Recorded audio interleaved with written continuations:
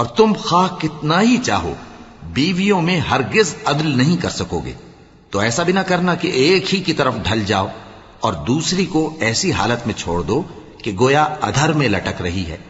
और अगर आपस में मुसालहत कर लो और परहेजगारी करो तो अल्लाह बख्शने वाला है, बड़ा मेहरबान है।